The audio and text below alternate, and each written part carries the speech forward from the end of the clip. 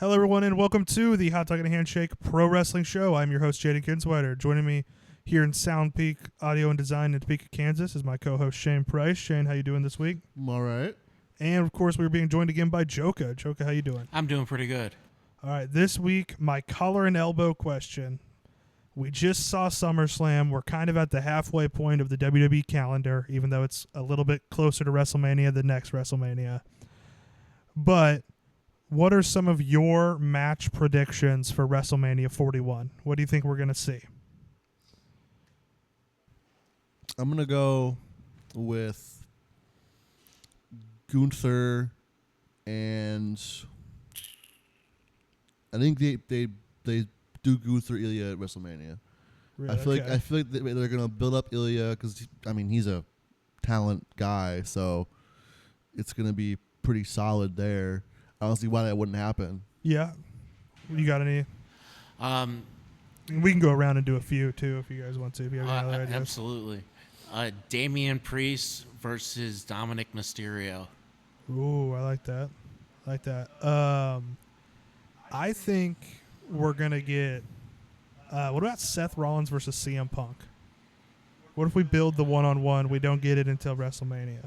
I think that works. It's a big match.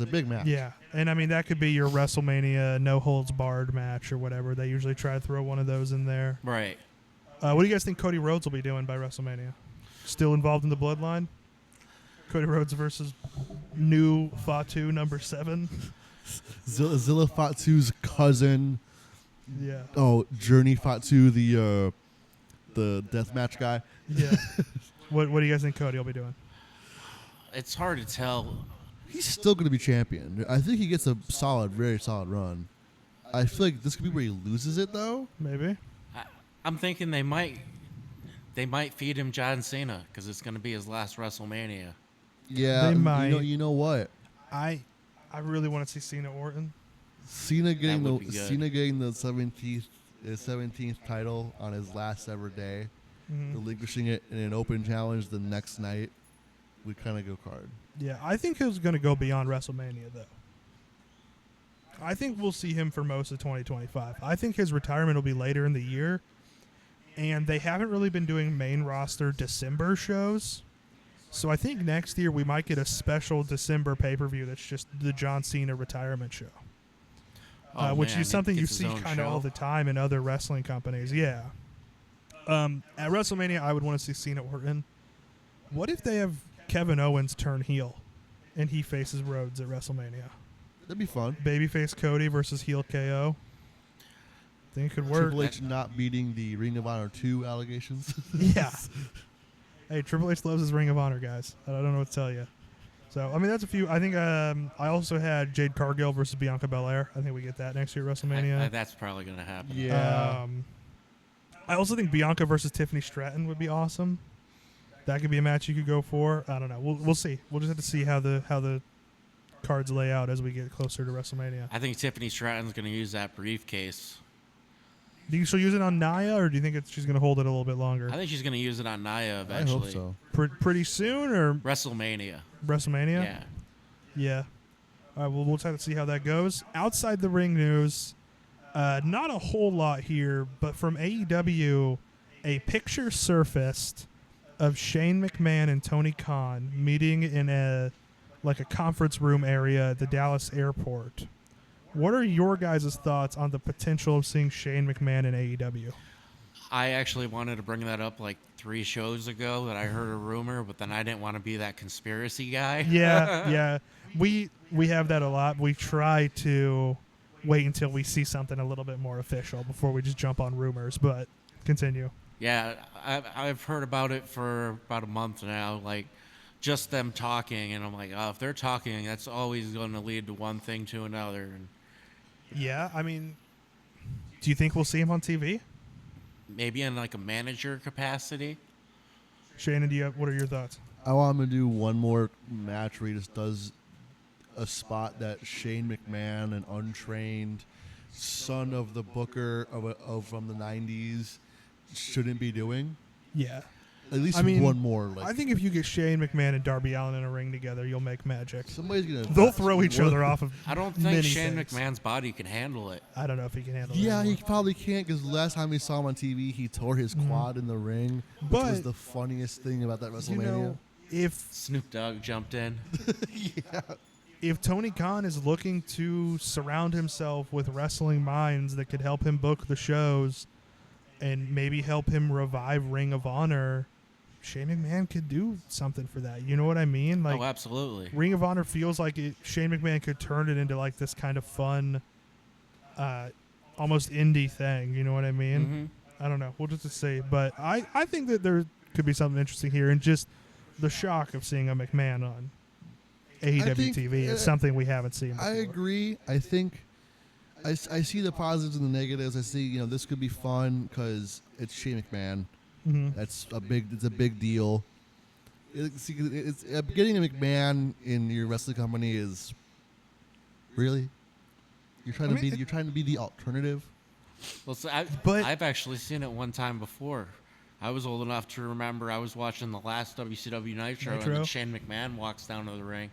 And I'm still at the age where I think everything is completely on the level, like this is really happening. Yeah. The contract does read McMahon, Yeah. but it reads Shane Stephanie McMahon. But the thing about Shane McMahon is he's kind of the alt of the McMahons. Yeah. You know what I mean? He's never really been like, a lot like his dad. He left for a lot of years. Like, he went off and did other things. He's never been, Mr. Corporate like Vince and Stephanie were. So, like, he's kind of the alternative of the McMahons. So him showing up in AEW would kind of make sense. Yeah, it would be But- for exciting TV. Yeah. In WWE news, last night A&E aired a Legends biography of Becky Lynch. After the show concluded, she tweeted out, or she made an Instagram post.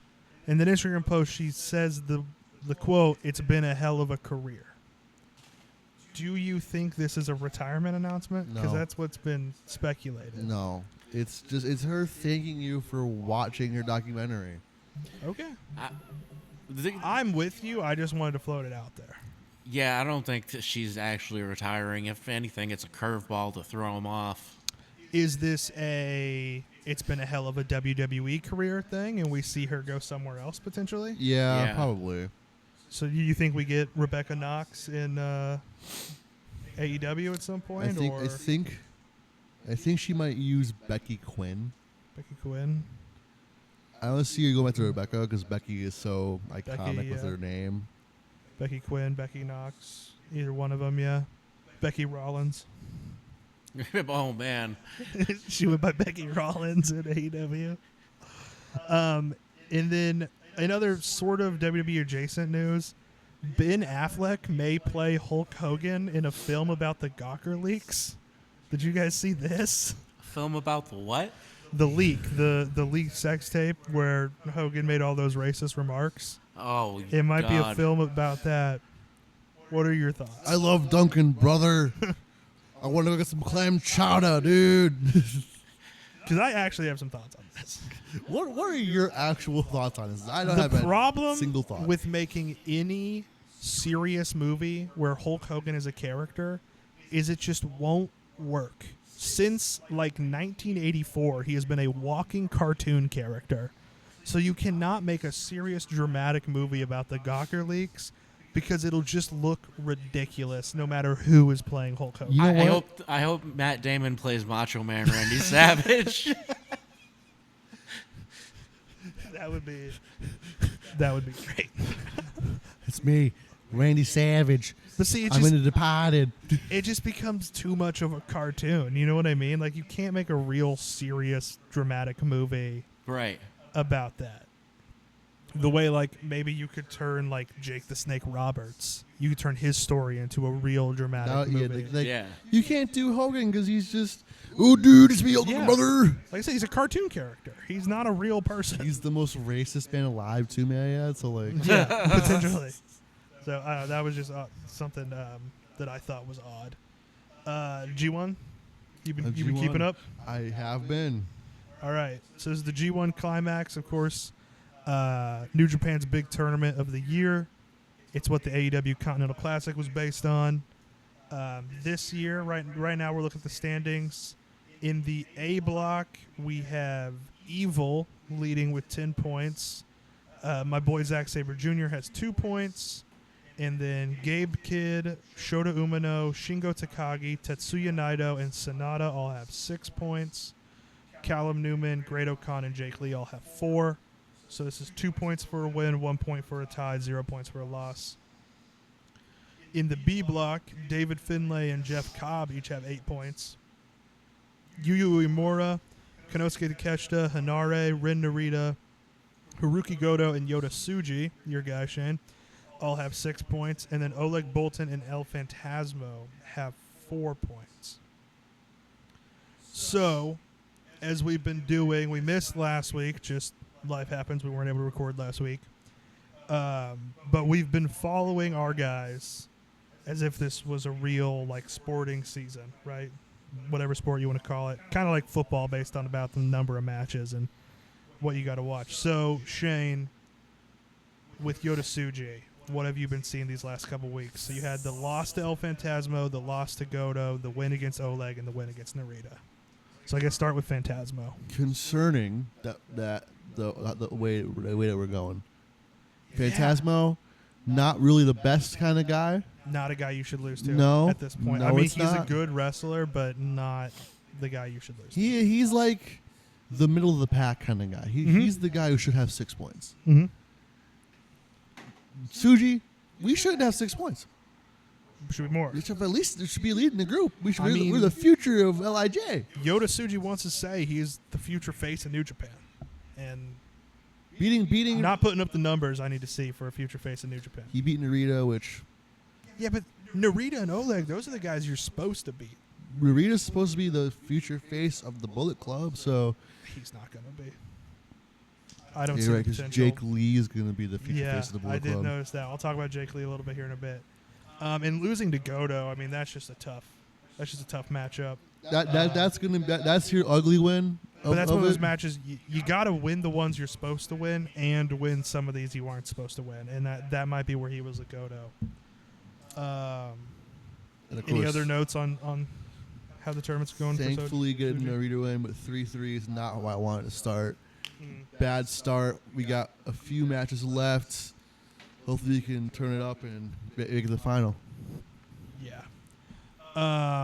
So we got over on Zack Sabre Jr. Or actually, first next week, you got Hanare on Wednesday, Uemura on Saturday in the main event of that show.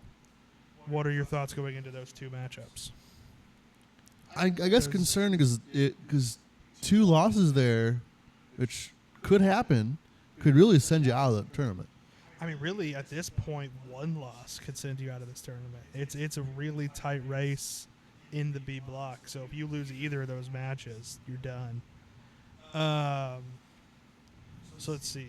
This past week, or the last couple weeks, Jake Lee, Zack Sabre Jr. beat Jake Lee. Felt like he was getting kind of cocky, which is not something I want to see. Really took a beating to the midsection, which is a rough thing for an endurance tournament like this. You're not wrestling every night, but you're wrestling every couple nights for weeks on end, so it's going to be hard. Great awareness from Zack Sabre Jr. I noticed this. He gets to the ropes like nobody else. Just always finds a way to the ropes. And it was more of a striking battle than we've seen all tournament, but I thought Zach was holding his own, so that makes me a little bit excited. Losing to Shota Umino, my first note on this match was be wary of anyone that has spent this much time with Jon Moxley. It's just always scary to know someone has been around Jon Moxley that as long as Shota Umino has. And if we had to lose to somebody, I was glad it was Shota. I forgot to get to the Shingo match this morning. I think that was relatively fresh. That might have been like yesterday that match happened. But we lost to Shingo as well. Not what I want to see. I'll have to watch the tape and see what went wrong. This week, though, Evil tomorrow. That's a big one. He's sitting on top of the table. We gotta beat Evil. And a former world champion. That's not. It's easier said than done. But I think we can do it. We got Gabe Kidd on Thursday, another young upstart. He's got a lot of potential, so that could be something that could take us out. And I think Zach can beat Sonata. Sonata's not in the place he was a year ago. He's not the same guy. I think we can get Sonata, but it's going to be rough. I think Zach's got better odds to move on in this tournament than Suji does right now, but that's just kind of how it's played out. So we'll come back next week with that, and I think we just have 2 more weeks of G1 left. So we'll have to see. We'll have to see where that. Well, like 2 more episodes. I believe of the so. Podcast Maybe even a little less. Go on AEW this week. Not a huge week. Didn't seem like a whole lot happened. A few things I liked. The MJF Ospreay segment. Did you guys see that? No, I didn't get to catch AEW It was this week. It was just a pretty solid MJF promo. My favorite part is that he called Ospreay a red coat, and he was literally MJF was literally wearing a red jacket, like a red suit jacket with like eagles on it and stuff, which was just ridiculous. Just in story stuff, Statlander earned a shot at the CMLL women's title against Willow Nightingale, so we could see that match in Mexico, maybe see that match at All In. I don't know. How good are the Conglomeration? Mark Briscoe, Kyle O'Reilly, They're the Orange best Cassidy, faction in the world Tomohiro right now. Ishii. Just such a weird faction, but consistently one of the most entertaining things on TV right now. And then Hangman Page and Darby Allin pretty predictably had a great match. On Collision, we got Claudio Castagnoli will face Okada for the Continental title, assuming at All In. And it looks like we're going for the Young Bucks versus FTR versus the Acclaimed for All In. So that's just kind of the story stuff that came out of there. But kind of wanted to rush through that because we got to get to SummerSlam. It was a big night. You know it's big when there's more than 5 matches on the card. Right. Because Triple H which starting the night, 3-hour pre-show. Ridiculous, right? Yeah, absolutely. Like, do you think anybody because it wasn't even matches. It was just 3 hours of setting up the show. I personally didn't even watch the pre-show. Oh, I don't. I think I caught the last 90 seconds. Like, you know what I mean? Like, it's not anything worth 3 hours. It's just insane. Oh, absolutely. That's a pre-show as long as an episode of Raw with no matches. Yeah. We started off, though, with Liv Morgan and Rhea Ripley. What were your guys' thoughts on this match?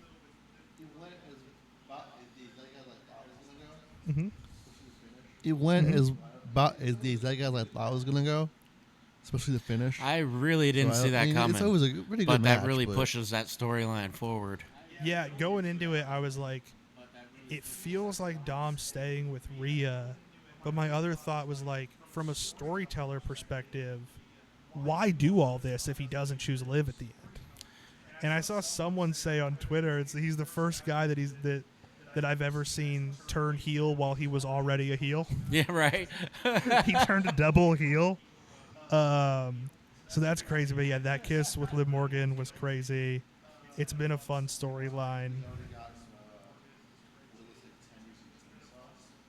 He's already gotten Already getting into tenders and cane sauce. Hey, so good. So Liv Morgan treating I don't remember him which well. wrestling podcast it was on. It was either Masked Man Show or Cheap Heat, but I was listening to a couple months ago, and they're like, when this kind of started, it's like, it would be great if Dom's whole career, his gimmick is he just jumps from being with one beautiful woman to the next beautiful woman. Like, just one women's wrestler to the next. And he just gets worse trailer park trash looking as it goes down. Just the worst mullet every time. That's what he's trying to do. He just morphs the Latino Eddie Guerrero in the last I know that it was just stop. a storyline, but are we sure Eddie's not his real dad? I saw Rey Mysterio actually said that. He was like, I had to ask my wife if she actually cheated with Eddie one time. She's like, yep. Yeah, overall, I gave it 3 3/4. I thought it was in ring the second best match of the night. I thought they told a great story throughout. and it was just really fun. Sami Zayn and Braun Breaker. Too What short. do you guys think of this? I thought it left a little bit on the table. No, it should be perfect. See, I think you have two options here, right? You go 2-minute Braun Breaker beatdown, or you go 20-minute Sami Zayn classic. You know, the stuff he learned from El Generico, right? You go that kind of route where just Sami Zayn just won't give up until the very end, and he just is just completely physically defeated. Right, that's how SummerSlam should be. Like when Bret Hart took on the British Bulldog, stuff like that. Yeah. So, I don't know. I think we'll see where this goes. I don't think those two are done with each other. I think we get a rematch. Maybe a fun stipulation, like a last man standing or an I quit or something. Have them do a time limit. Time limit. Because... No, if Sammy wins the title, I think it would be like I think it'd be something where you got to right test the will of Sami Zayn, an Iron Man match, something that's, I gave it 2.5 stars though. Just it was good, but it just wasn't. It felt like a Raw main event. Didn't feel like a SummerSlam title match. You know what I mean? I think it's a very common. It really made me show that think like a I know it Raw. wasn't a one-sided fight, but it just seemed like Braun Breaker smashed him too quick for it to be Sami Zayn. But not quick enough for it to be smashed in a fun way. Yeah, you know exactly. What I mean? Not it's squashed like the quick borderline. enough. Exactly. Then we moved on to the United States title match. Logan Paul defending against LA Knight. Yeah. I was very happy with the result of this one. I've wanted the belt off Logan Paul for a long time. And I don't know what it is. LA Knight just feels like a U.S. champion. Yeah. Like he has just this vibe to him of just like I don't know what it is, but he's just such a perfect fit for that role. What do you guys think of that match?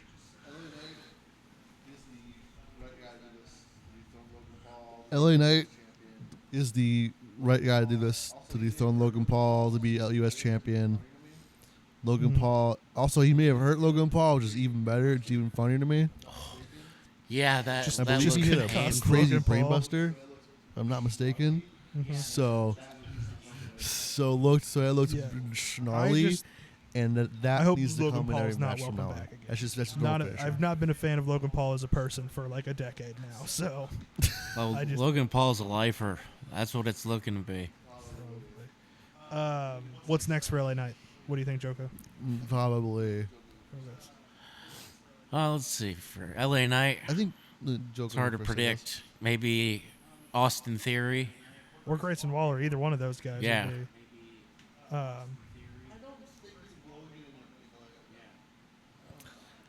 yeah, but I feel like it's one of those things where Logan's not going to show up again until like maybe Survivor Series we get that match. So we got a few months where we could see LA Knight versus some of the mid-card talent of SmackDown. Yeah, I would love like an LA Knight Montez Ford thing. Would be That would be awesome. good too. But I mean, I'm always trying to get Montez Ford singles run going. So I gave that 3.25. I thought it was fun. I mean, as much as I hate Logan Paul, he's a great athlete. He puts on a show. LA Knight, it really felt like an athlete versus a wrestler. You know what I mean? Yeah. But I enjoyed it. And like I said, loved the result. The only downfall for that match was MGK's bad acting. It was bad. All of Logan Paul's goons. I'm not a fan of any of them. Yeah. So then we moved on to the WWE Women's Title match between Bayley and Nia Jax. What did you guys think of this first? Because I thought it was just kind of meh. I gave it 2 stars. I do remember thinking to myself, has anyone ever kicked out of the Annihilator before? That may be, Bayley might have been the first to do that, but yeah, I don't know. It kind of sums up Bayley's title reign for me. Like, as much as I love Bayley, it felt like she had all the momentum she had going into WrestleMania. They just didn't really capitalize on it. And sometimes that's the problem. Sometimes you're you're Rey Mysterio. There's this great build to WrestleMania 22. You win the title, and now it's like, well, what now? Exactly. You know what I mean? So that just kind of happens, and I feel like that unfortunately happened to Bayley. And then I'm just not a fan of Nia Jax. I know she's won a lot of people over recently, but I just still don't. Nothing she does gets me interested at all. It's not like I hate her. I don't know. The only thing that she's gotten of interest in me was when she maybe fell on her trough. butt and yelled, that was what's the opposite of Apex Mountain? That was the bottom. Yeah, that was Crap Valley. The Valley of the Crap. Yeah, I just never really liked Nia Jax. I don't know. We'll see where this goes. I guess the Tiffany Stratton stuff is kind of interesting with her. We were pretty right on that briefcase.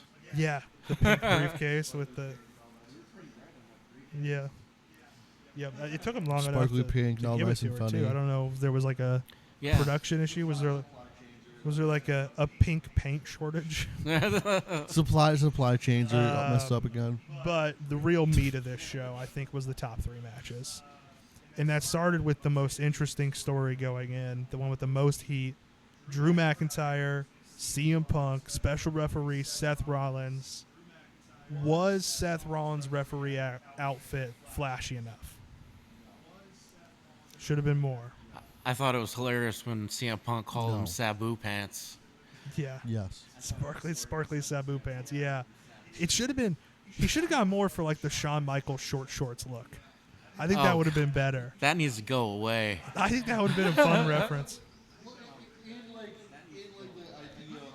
Yeah, but in the idea of what would Seth Rollins wear as a referee? He's wearing pink and black. Seth Rollins wearing like a Shawn Michaels attire would be kind of interesting. Then that chair got involved, just like Brett and Taker, right? But didn't go exactly the same way. I mean, if I've learned anything from NXT, it's that they love rerunning old Shawn Michaels storylines.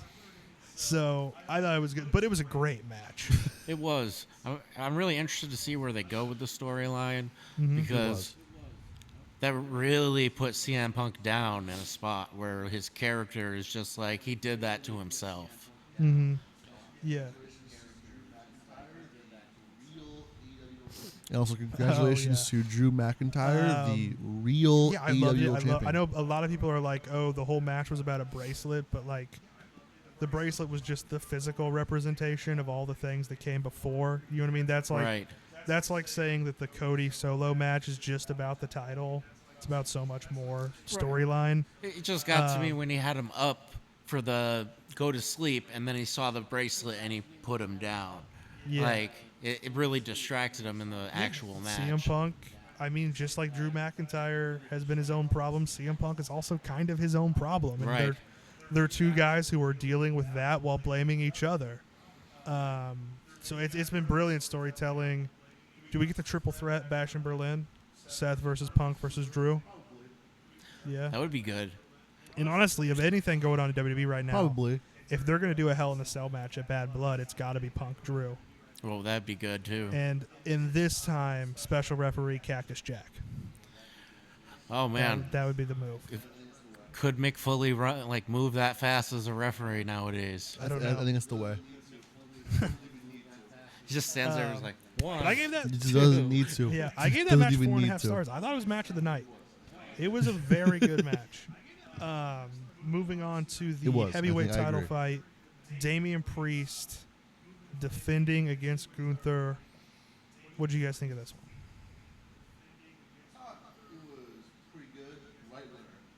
one? Correct winner. I thought right way to get there? Pretty good. Right winner. I'll say that much. No. Okay. No. I didn't like how it happened. I think Finn turning was the right way because now Damien's now that brings a rematch clause. But I don't think it was the right way. I think it was incorrectly in the ring done. Yeah, it was a little bit of a long screw job at the end.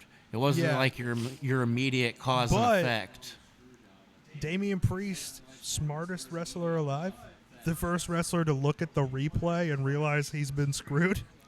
Yeah. I don't think I've seen anybody else do that ever. Actually, if you watch the match just a few minutes before that, Gunther, he was looking at the screen, and that's how we realized his chest was bleeding.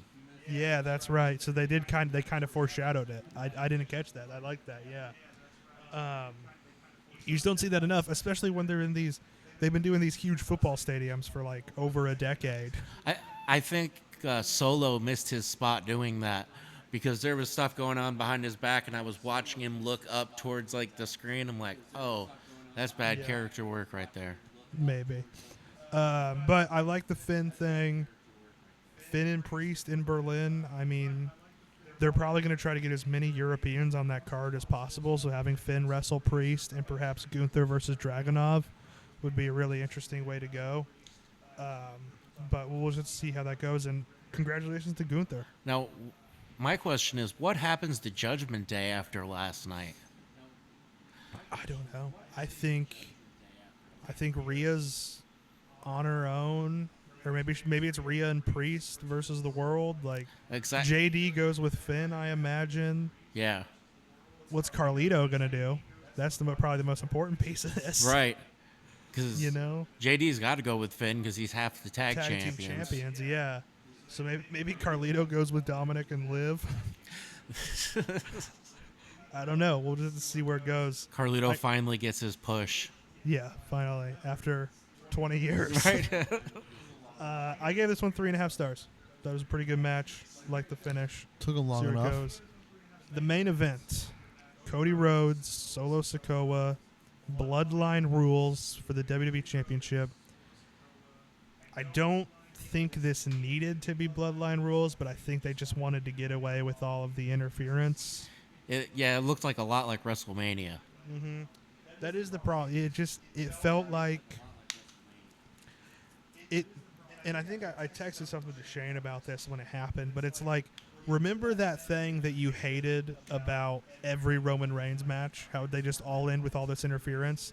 Well, here is that with a worse version of Roman Reigns and Solo Sikoa. You know what I mean?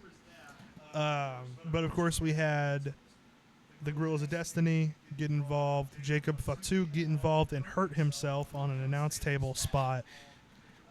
Very angrily, might add. Randy and KO took out the Gorillas of Destiny, which they needed one more to even the odds. And it was, of course, the return of the Tribal Chief, Roman Reigns. What did you guys think of his return? I think it was unexpected. I wasn't expecting to see Roman Reigns walk down the ramp that night. I thought he was going to wait till at least Survivor Series. See, it was something that I thought could happen with this being the main event. Once they announced that they had main event, if they announced this was like the opener of SummerSlam, which is where I think it should have been storyline-wise, like without Roman, just build-wise, it should have been the opener, then I would have been way more surprised that they did this. But I kind of, just the thought was there once this was announced as the main event. I was like, Roman could be back. Yeah. As the OTC, which I'm assuming means original Tribal Chief. Right. I don't know. Are you guys excited to see where this goes? I am. Is our War Games match going to be New Bloodline versus Roman and Friends, Old Bloodline? Could the Usos and Sammy get involved? Mm-hmm. What is immediately for Roman? Is it Roman Solo? Either one.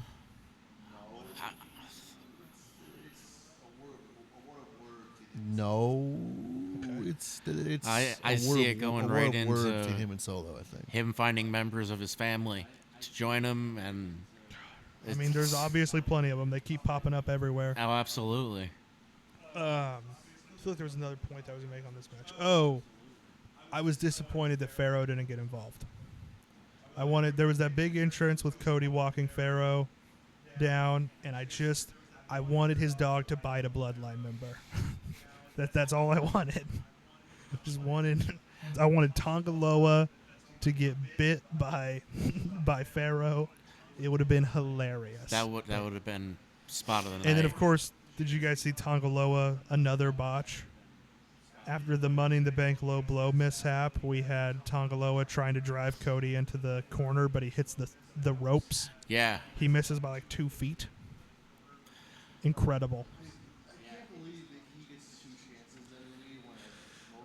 I can't believe that he gets 2 chances in WWE when a lot of great stars got fired by WWE once and never come back. But Camacho is back as Tongaloa. Crazy. I gave it 3.5 stars also. I think it would have been quite a bit lower, maybe even under 3 if it wasn't for the Roman involvement and how big of a moment that was. But ultimately, what I really like about the wrestling sphere right now is that AEW is about the in-ring performance, and WWE is more about the storyline, right? Obviously, WWE has some in-ring, AEW has some story to them, but the number one focus in AEW is the in-ring. Number one focus in WWE is the storytelling. This pay-per-view was a perfect encapsulation of storytelling. Oh, absolutely. From top to bottom, starting with Liv and Rhea all the way down to Cody and Solo and the Roman Reigns, everything. If you guys were giving this show an out of 10 rating, where would you put it? Okay. I'd go with an 8. Nate? Like a 6. I think I'm with Shane, like a 6, maybe a 5.5, but just it kind of dips in the middle. But I think that happens at a lot of shows. I don't know. Could have been a bit better, a lot of room to grow, but I did enjoy the show overall. Of course, from Cleveland Browns Stadium in Cleveland, Ohio. On to Jayden's miscellaneous wrestling notes. I have 2 notes here. The first one regarding SummerSlam. Too many sponsorships. Yeah. It's too much. They put the Prime logo in the ring. Then they had the 2 Wingstop logos and the 2 Straight Talk logos. There's Prime logos on the turnbuckles. During certain matches, there's I know Valorant was one of them. There might have been a Manscaped or something. Yeah. Wrap around the electronical barricade and on the Then they actually pillars. put the PNG up on the live feed of on the left the corner. wireless one. The top left corner, they had this. It is far too much advertising. You're turning your show into a NASCAR. Right. And it's too distracting. I didn't like it. And then also, Kingdom has legitimately become one of my favorite songs. Yeah, that's a good song. I rock out to it quite a bit when it comes on. Yeah. So, those were my notes. On to our favorite things of the week. Because we missed last week, anything from the night of AEW Blood and Guts up to now is on the table. So that includes SummerSlam, Death Before Dishonor, which we didn't talk about in full, but I thought that was a solid show. That includes the Royal Rampage, all the TVs, everything. So, Shane, we'll start with you. What was the bronze handshake this week? The Gunther I thought Priest? it was the Solid Gunther pick. match. Let's get number 3 for you. Gunther Priest, yeah. Bryan Danielson putting his career on the line against Swerve. I did like that. I forgot to write that down in the notes. That was interesting. Do we think that's needed? I don't think so, but I don't think it's necessary, but it's kind of like Seth Rollins as the referee. Not necessary, but a fun little pinch of something. You know what I mean? right. For But bronze, I'm fun. going to go with the Royal Rampage. I am a sucker for battle royals with some extra gimmick. So I don't think you watch this. After they record the Blood and Guts, which is War Games, there's 2 rings out there. They record an episode of Rampage. And with the 2 rings, they do like a 20-man Royal Rumble, but it's 10 men in one ring and 10 men in the other. And then, once it comes down to 1 man in each ring. Think like World War They III, but face a lot off. smaller. And it came down to Darby Allin and Claudio, and Darby won. I think Claudio should have won, but Darby won, which means he will get a shot at the world title at Dynamite Grand Slam in September, which is the big show they do in the Arthur Ashe Tennis Stadium in New York every year. So I really liked it. I'm a sucker for the Royal Rumble, for any kind of weird gimmick battle royal. So that's my bronze hot dog. Shane, what gets the silver handshake this week? Royal Rampage? All right. I'm gonna What's your number 2? Say Royal Rampage. My number 2 is how hard hitting the Damian Priest Gunther match was. Yeah. That was, I like that. My number 2, I'm going to go Blood and Guts from AEW. It was an awesome match. Great. I love the team quitting because Darby Allin was going to light Jack Perry on fire, but it wasn't Jack Perry that quit. It was the Young Bucks quitting for Jack Perry. I love Jack Perry's willingness to just be set on fire. Yeah. And I guess number 1, Shane, Gold Handshake. What do you got? Blood and Guts? All right. Jolka, number 1. Roman Reigns. Roman Reigns. Almost made mine. My number 1's got to be Punk and Drew. And then, of course, I guess Seth in that as well. Yeah. But that was my number 1. Loved that.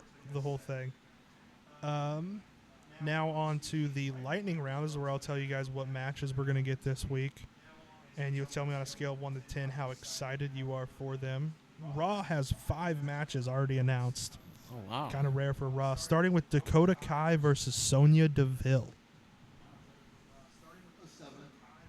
7? I'd say about a 4. It was about a 8 7 before you said Sonya Deville. And I'm like, oh. Yeah, love Dakota Kai.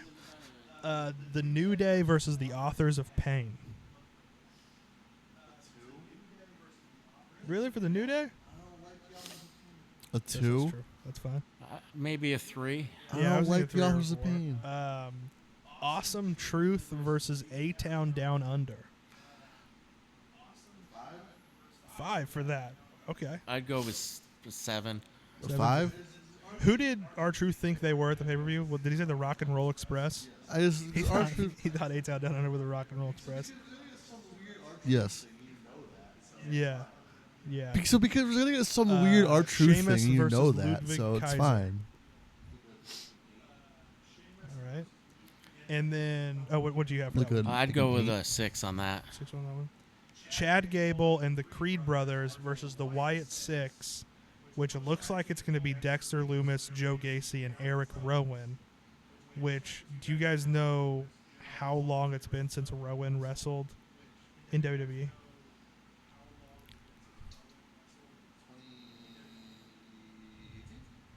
What do you got? 2018? I think 2021. It was 2020. No, it's 2020. 19. March 9th, 2020, he lost to, I believe it was Drew McIntyre on an episode of Raw, and that was his last match. So it's been 4 years and 5 months since he's wrestled in WWE. How excited are you guys for that match? That's 6-man.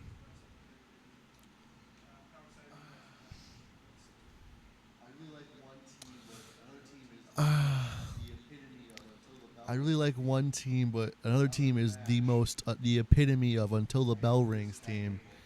And now they're in a match. I'm going to say about I hate an to 8. do this to Chad Gable. I mean, we're yet to see how they perform in the ring, but I think the Wyatt Six thing has worked for me a lot better than I thought it would. And I think it's because they're humanizing them a bit more. Right. They're not supernatural characters. Uncle Howdy's a little bit supernatural, but it's a little bit more human than just the Fiend was. The You know what therapy I mean? tapes. Yeah. Oh man, the Eric Rowan one was brutal. On Dynamite, we have Katsuyori Shibata versus Brian Keith. 10? I'd say a 7. 7. MJF versus Kyle Fletcher.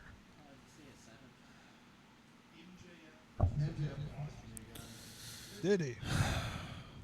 Oh, I'm really into it. MJF lost me again. Yeah. If you look up a CMLL promo, he'll lose you too. In 5. an anything goes match, Bryan Danielson versus Jeff Jarrett. All right. I'm breaking the scale. 10. I got really excited. I'm when breaking you the said scale. that. That's an 11.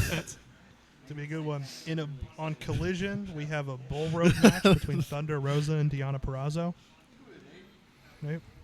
I'll give it a 3. I'm not a fan of the bull rope matches. Yeah. And then we don't really do NXT anymore because I don't think any of us really have time to watch it. That's fair. But this week on NXT, we are getting Pete Dunne versus Trick Williams. How excited are you for that? Is that a 9? Yeah, I'm solid like 7. All right. I'll give it a 9. So I think Danielson versus Jeff Jarrett, I think, is across the board the most exciting match this yeah. week. For our match recommendation of the week, since it was just SummerSlam, I'm going to go back to SummerSlam 2005 and recommend Randy Orton versus The Undertaker. It's the first big meeting between those two, and I think it's a really good match that people should check out on Peacock. If you want to listen to us talk about some old wrestling, we had ROH Death Before Dishonor 4 was the last one we put up. Didn't get SummerSlam 2015 up before SummerSlam, so I'm just going to put it up this week since we didn't record one last week to put out. So look out for SummerSlam 2015. And if you're watching on Spotify, we always have a poll option on there. Go vote. Match of the night from SummerSlam. I'll just kind of put the top matches and see what people think. And if you're watching on YouTube, just go ahead and comment your answer, whatever you think was the match of the night. Next week, we will have Wrestling Jeopardy. Jolka will be back on. And so look forward to that, and don't forget to enjoy wrestling.